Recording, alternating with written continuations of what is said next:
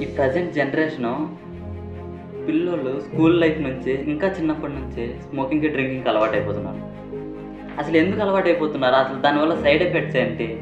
Life ఎంతగా damage అవుతుంది? Health ఎంతగా డ్యామేజ్ అవుతుంది? ప్రాపర్‌గా ఏమీ తెలియకుండా దిగేస్తున్నారు దాంట్లోకి. మెయిన్ రీజన్ వచ్చేసి ఫస్ట్ థింగ్ వచ్చేసి వాళ్ళ ఇంట్లో వాళ్ళ ఫాదర్ గానీ ఇట్లాగా ఎవరో బంధువులు ఎవరో ఒక తాగుతండి వీళ్ళు చూసి వీళ్ళకి తాగాలనే ఒక ఇంటెన్షన్ రావడం.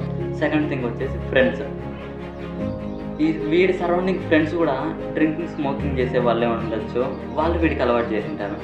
ఫోర్త్ థింగ్ బ్రేకప్, డిప్రెషన్ ఇట్లాంటి బొంగులో మాటలన్నీ వాడే కల్పించుకొని వాడే తాగాలని తాగింటాడనమాట. వీళ్ళు ఎందుకు తాగుతున్నారు? లైఫ్ ఎలా డ్యామేజ్ అవుతుందని వీళ్ళకి ప్రాపర్ నాలెడ్జ్ లేదు. ఎలా మానేయాలో, అలాగే లైఫ్ ఎలా డ్యామేజ్ అవుతుంది, ఈ స్మోకింగ్ అండ్ డ్రింకింగ్ వల్ల ఇంకా ఎన్ని టైప్ ఆఫ్ బ్యాడ్ హ్యాబిట్స్ వస్తాయి అనేది ఫుల్‌గా నెక్స్ట్ వీడియోలో పార్ట్ 2లో చెప్తాను. పార్ట్ 2 అని కామెంట్ చేయండి.